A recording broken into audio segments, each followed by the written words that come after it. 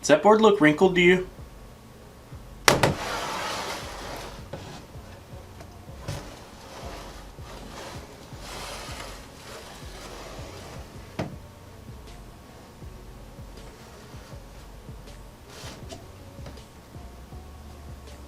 Better, right? What is up, guys? So today we are back with another deep dive into the Rainbow Cup. So today we're actually going to be taking a look at Magcargo, a fire and rock type Pokemon, which is a very interesting typing to say the least.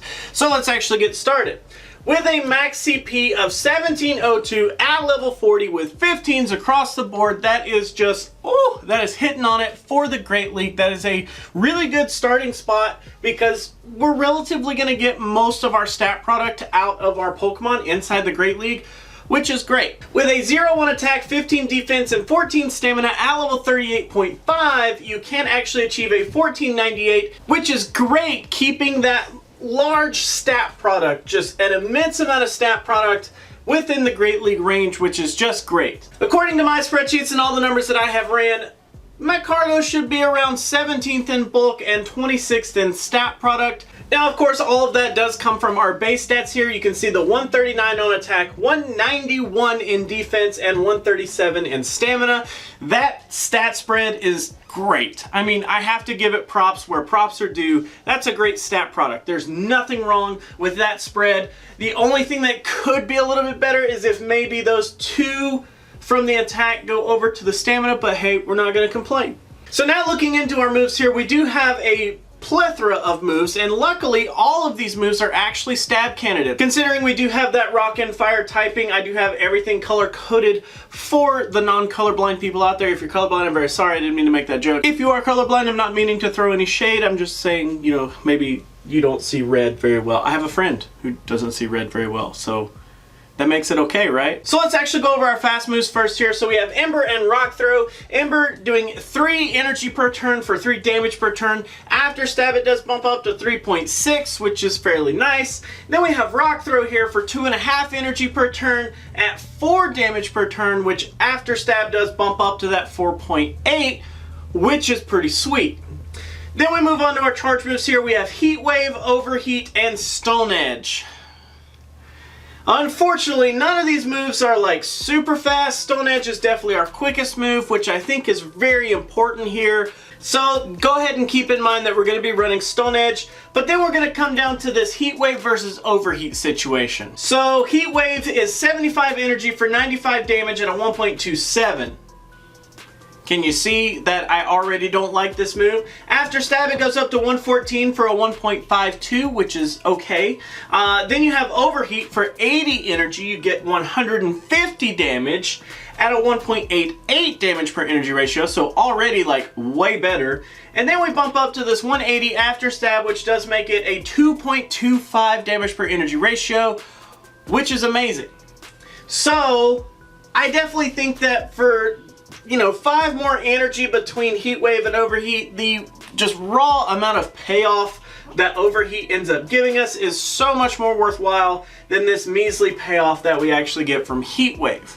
Therefore, the actual moveset that I go with is Overheat and Stone Edge, and then between these two fast moves here, I personally went with Rock Throw. And the only reason that I go with Rock Throw is because it does actually give us a neutral option for a lot of things, plus it ends up being super effective against a couple of the more specific type Pokemon. If you're looking to build a specialist in this Magcargo, then you could definitely go with Ember here. It's gonna get you to your charge moves just a smidge faster, but you are gonna sacrifice a little bit of damage.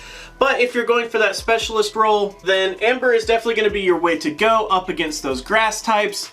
I personally went with Rock Throw just to kind of see the generalistic point of view from Magcargo here. Now let's actually move on to a few shielding situations. So in this first shielding situation, we have a 0 versus 0. So when I don't have any shields, my opponent doesn't have any shields. We actually have 41.3%. Not too bad. If you remember, like 20% could make up like the rough amount of an entire typing, you know, generally. So beating 2 full typings with no shields is pretty good. In the 2 versus 0 shields here, when I have 2 shields, my opponent doesn't have any shields, we actually end up winning 73.9. Well, that was a little lower than I expected, but when you consider our typing here, fire and rock, we actually do have a double weakness to the water typing. And considering that water is one of the literal biggest typings in the entire Pokemon universe, that makes a lot of sense. We do lose to a ton of these water types. So that's why this number isn't as high as I initially expected. Then in our next shield scenario, we have this 0 versus 2 where I don't have any shields. My opponent actually has 2 shields. We actually end up winning 21.7. Well, that 21.7 is kind of high actually compared to some of the other Pokemon we've been looking at. That's a pretty good number.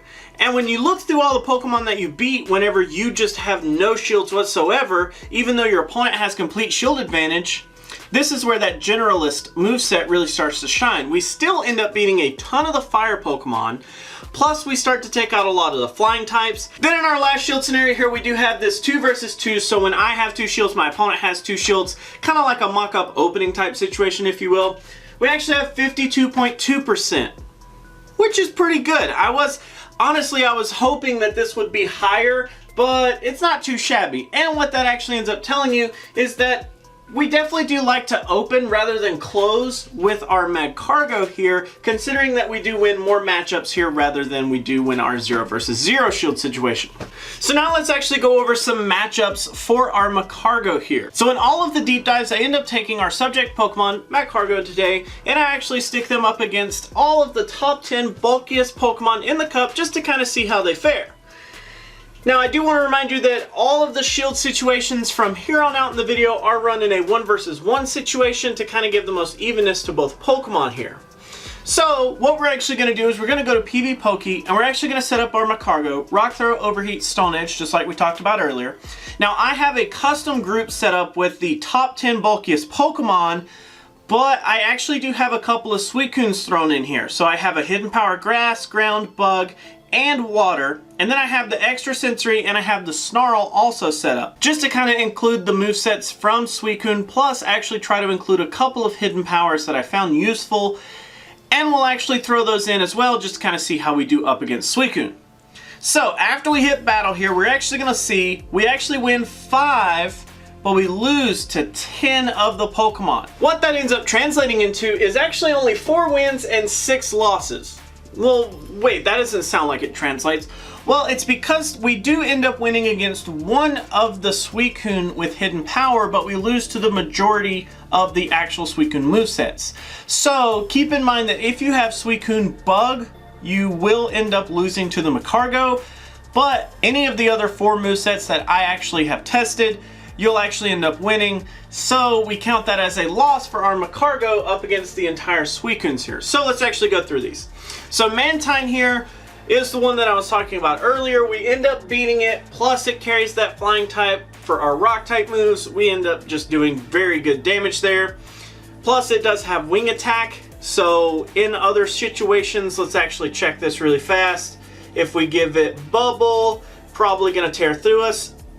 Actually, yeah, but not too bad. That's not like horrible. It's not completely terrible. With Bullet Seed though, yeah, we do end up coming out on top on that one. So kind of remember that if you're going with Wing Attack or Bubble for Mantine, which I'm sure we'll probably get into when that deep dive comes up, depending on which moveset you have, you could end up losing to the Magcargo rather than winning. But for my simulation here, I do have it set up with Wing Attack. And then the Shuckle matchup, yeah, we're gonna win that one. Dugong here with ice moves predominantly is gonna end up losing to us. We're actually with that rock typing gonna be able to do quite a bit of damage. Jumpluff, even though it does have grass typing, it is gonna be weak to that rock type, so that's great. And then Suicune here does show up as a win with Hidden Power Bug. Then we have Tentacruel as our first loss. Then Suicune with Extra Sensory, Suicune with Snarl. Fortress actually, yeah, that's pretty rough. Now, if we did switch over to the specialist role and use Ember instead of Rock Throw, you would definitely be able to see a difference in that matchup, considering that Fortress does have that huge weakness to fire. Then we have the Lapras matchup, Suicune with Hidden Power Ground, Suicune with Grass, Suicune with Water, and then Azumarill and Lantern also are pretty much just flat out losses for us. So now let's actually get into countering with our Magcargo versus countering against a Magcargo. Pretty simple here. If we want to like focus, if we're running a Magcargo, what we want to focus our attention on are the fire and the bug types, whereas if we're going to try to bring something to counter the Magcargo, we really just need to focus on either water, grass, or electric. Now also keep in mind that with the moveset here, this grass type would probably end up changing up here, while probably switching this fire to more of a middle of the road situation. So what we're going to do is we're going to set up our Magcargo, rock throw, overheat, stone edge yet again. One shield versus one shield against the entire Rainbow Cup. We're going to hit battle. We're going to scroll down and we're going to see only 37% wins here, which is kind of scary. But when you get into it, you kind of understand what all these wins mean. So let's actually go over the fire typings really quick. I have written up there that we win every single one of them, which as you can see, the only Pokemon that even ends up tying against us is ourselves with this moveset. So that actually ends up being pretty good for us. Beating every single fire type is actually pretty cool, considering that we can bring a fire type to counter the fire types. I always think that's interesting. Next, let's look at the bug types, and as you can see here, we do have a majority win over all of these, except for Scizor, which ends up being a tie, and then Heracross and Forretress are actually our two losses.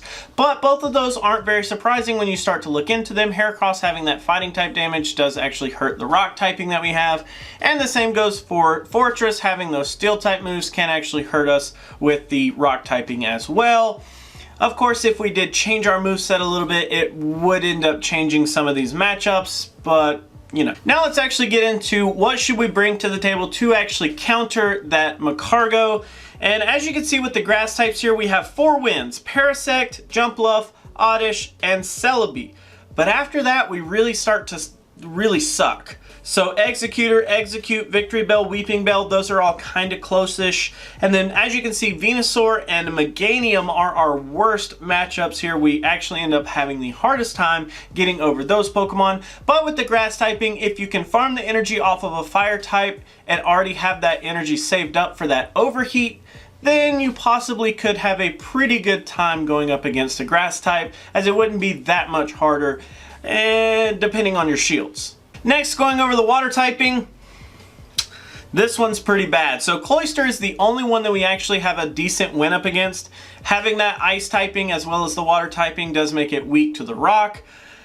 And then you can kind of see Dugong is a tie, Tentacruel's a tie, and then from there on it kind of gets weary. So Mantine, you can actually see in this simulation, ends up winning. Because of it using that actual decent moveset, it is tailored to actually win here. Then we have Kingler, Krabby, Chinchou, Kabuto, Gyarados. All these are just, you know, getting worse and worse as we go down the list. Poliwrath actually giving us the most trouble, which if I'm not mistaken here, Poliwrath, yeah, using that Power Punch, even with Mudshot, let's see. Mudshot, yep, still does allow it to win pretty quickly there. In both cases, Poliwrath is going to be a pretty hard counter to our Magcargo here, which is pretty rough. Last but not least, we do have the electric typing. And this one it's kind of split down the middle because of some of the ties, but like you can kind of see, Zapdos, that one's pretty easy to understand. It does carry that flying typing. It's going to be weak to the rocks. Raichu and Raikou, they're kind of squishy as is. Magnemite, pretty low on stats. Electabuzz, Electrode, Jolteon, all are ties there, but then like Flaffy, Ampharos, Chinchou, Magneton, and Lantern there all are just going to be really, really hard to beat. Lantern actually giving us the most problems there, which doesn't really surprise me. Of course, I'm sure that's running Water Gun, yeah, instead of the Charge Beam. If we do go with Charge Beam here, just to kind of see, Charge Beam actually still ends up winning after we get to that Hydro Pump there. So pretty interesting. That one would probably come down to, like in a real match, the shield baiting and seeing how fast and how quickly you can get them to shield. I definitely think that Magcargo has some viability. He's kind of interesting, and it really depends on which build you're wanting to go with. Honestly, like, it's like after doing, you know, a few of these deep dives, it's getting really interesting to think about team building at this point, because I don't know whether it would be easier to just build like 3 generalists and 3 specialists, because that's generally like in my head how I try to do it, is like have 3 generalists that just really cover as much ground as possible, no pun intended, and then having 3 specialists that are just hyper focused on a couple of the top meta picks. That way you can kind of carry a pretty good chip on your shoulder. But in a cup with 5 typings, it's going to be kind of interesting to think about, well, if I have like a couple of generalists, like I guess you're going to need like Magcargo would make some sense in this scenario because we could cover fire and bug. Have another generalist that covers grass and water, and then have another generalist that maybe covers water and electric. You know, maybe water is the one to beat here because it does have the most variety of Pokemon.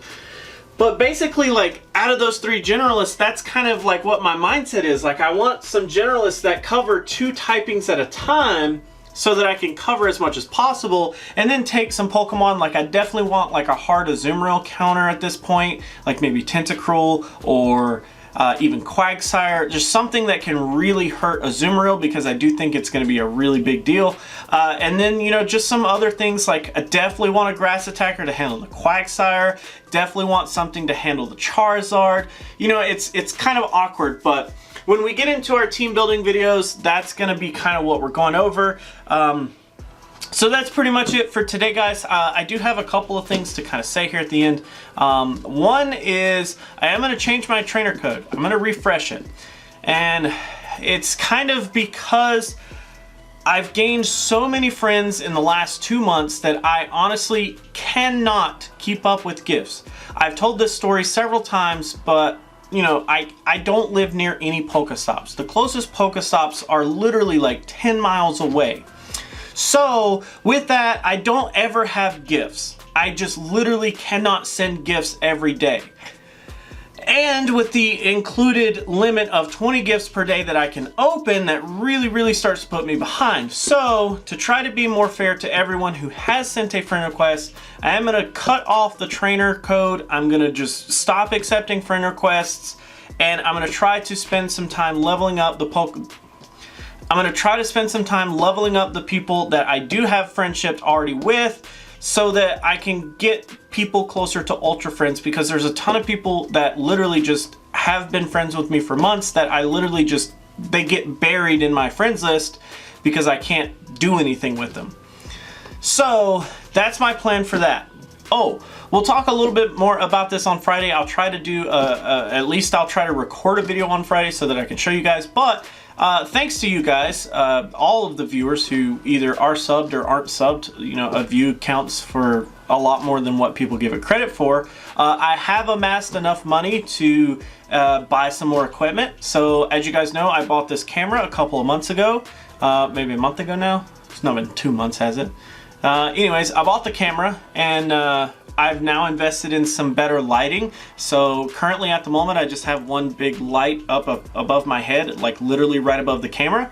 I did buy 2 big soft light panels that are gonna sit on both sides of the camera and kind of shine directly into the 2 boards here, so hopefully they don't create any glare. By the camera angle, they shouldn't. And I actually plan to get new dry erase boards, because that joke at the beginning of this video where this looks, you know, wrinkled, that actually came because this board is literally scratched all to pieces. I don't know how I scratched it.